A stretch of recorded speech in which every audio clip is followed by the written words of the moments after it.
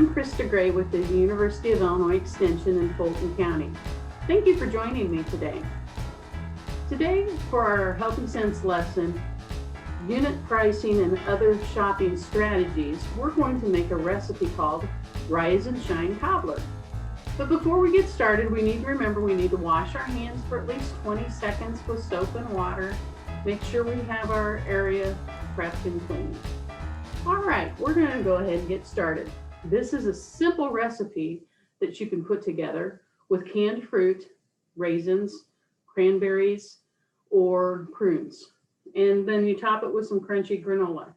I'll give you our ingredient list, but I'll provide this to you at the end of our lesson today. So no need about worrying about writing it down. You need 1 16-ounce can of peaches packed in 100% juice or light syrup, and then you need to drain those and slice them. 1 16-ounce can of pears, also try to get it in the 100% juice or very light syrup. You drain those and slice those as well. 1/2 cup of prunes cut in half or dried cranberries.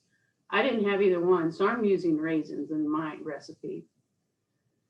1/4 teaspoon of vanilla extract.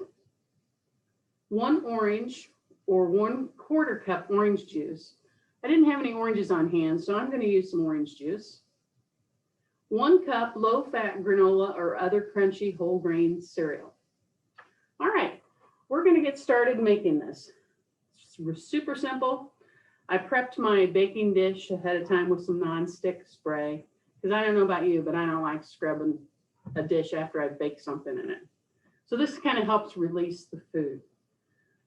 And this recipe is going to go in the microwave, so it'll be ready quicker than if it has to bake in the oven. So we need to go ahead and put in our pears, our peaches, our raisins,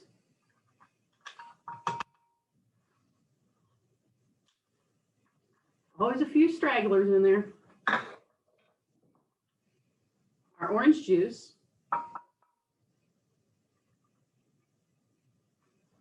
and then 1/4 teaspoon of vanilla. And I usually measure this over another bowl because sometimes it comes out in a hurry and I don't want to put too much in the recipe. So there's 1/4 teaspoon. Now I'm just going to kind of mix this together so it's evenly distributed. And what's nice about this is you can make this with canned fruit. You don't have to have fresh fruit to make this recipe. And a lot of times, if you really watch, you can find the canned fruit on sale at a very good price. And that's what I usually do. I stock up when they're on sale. So that's a good way to save some money. All right. That looks like it's fairly evenly distributed throughout the casserole dish. Now, before I put this in the microwave, I'm going to put the granola on top. Just going to kind of sprinkle that over the top.